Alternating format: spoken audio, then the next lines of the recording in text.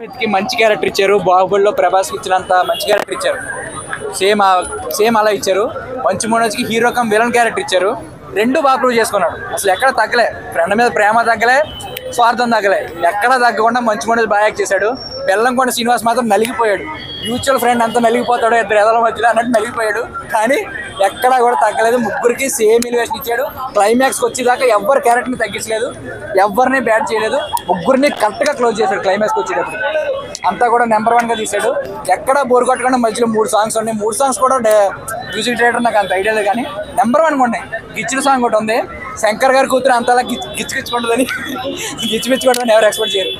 ఎందుకంటే తెలుగులో సినిమాలే చాలా తక్కువ వస్తున్నాయి కదా, వాటి మీద రిలీజ్ ఎఫెక్ట్ ఎంత ఉంటే మహేష్ బాబు సినిమా రిలీజ్ చేశారు. సో తెలుగులో సినిమాలు రావట్లేదు అంటారు. ఇలాంటి సినిమాలు ఎంకరేజ్ రిలీజ్ చేస్తే దానిపై ఎఫెక్ట్ పడుతుంది. రిలీజ్ చేసుకొచ్చిపోయారు. 2 సినిమాలు చూడరా, 3 ఉన్నాయి. ఫ్రైడే, సాటర్డే, సండే రిలీజ్ చూస్తారు. మహేష్ బాబు చూస్తారు, జై బాబు అంటారు, ఇది చూస్తారు. మంచి ఫ్యాన్స్ ఉంటారు, మెగా ఫ్యాన్స్ ఉంటారు, బెల్లం ఫ్యాన్స్ ఉంటారు, నారారోజు ఫ్యాన్స్ ఉంటారు. నాలాగా అన్ని కవర్ చేస్తారు. ఇంకో 4 సినిమాలు వచ్చినా చూస్తారు. సినిమా లవర్స్ ఎప్పుడు సినిమాలు చూస్తూనే ఉంటారు. కామెడీ అంటే చిన్న చిన్న సీన్లు పెట్టాడు, ఎక్కువ పెట్టలేదు. మోర్ యాక్షన్ మీద కాన్సన్ట్రేట్ చేశాడు. మధ్యలో బోర్ కొట్టకుండా సాంగ్స్ పెట్టాడు. సాంగ్స్ చాలా బాగున్నాయి. 3 సాంగ్స్ అయినా 3 నెంబర్ 1గా ఉన్నాయి. బ్యాక్గ్రౌండ్స్ కూడా చాలా కొట్టాడు నిజంగా. జై బాలయ్య అన్నట్టు ఉంది ఒక సీన్లో ఏమో మోహన్ బాబు. మంచు మనోజ్ బేస్ వాయిస్ ఇచ్చారు. బేస్ వాయిస్ తో వచ్చి పని చేశాడు మంచు మనోజ్. సారీ ఇలా అనకూడదు.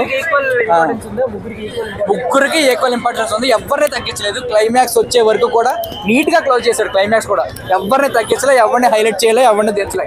ముగ్గురికి కరెక్ట్. అసలు డైరెక్టర్ చాలా గ్రేట్. అది ముగ్గురిని ఒకే రేంజ్ లో చూపించాడు.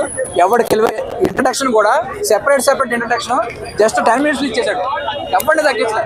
ఎప్పుడో కూడా కరోనా కూడా కానీ ఎవరిని చూపించలే. మంచి రాటు తెలిన బాంబుల్లా చూపించాడు ఒక్కొక్కరిని.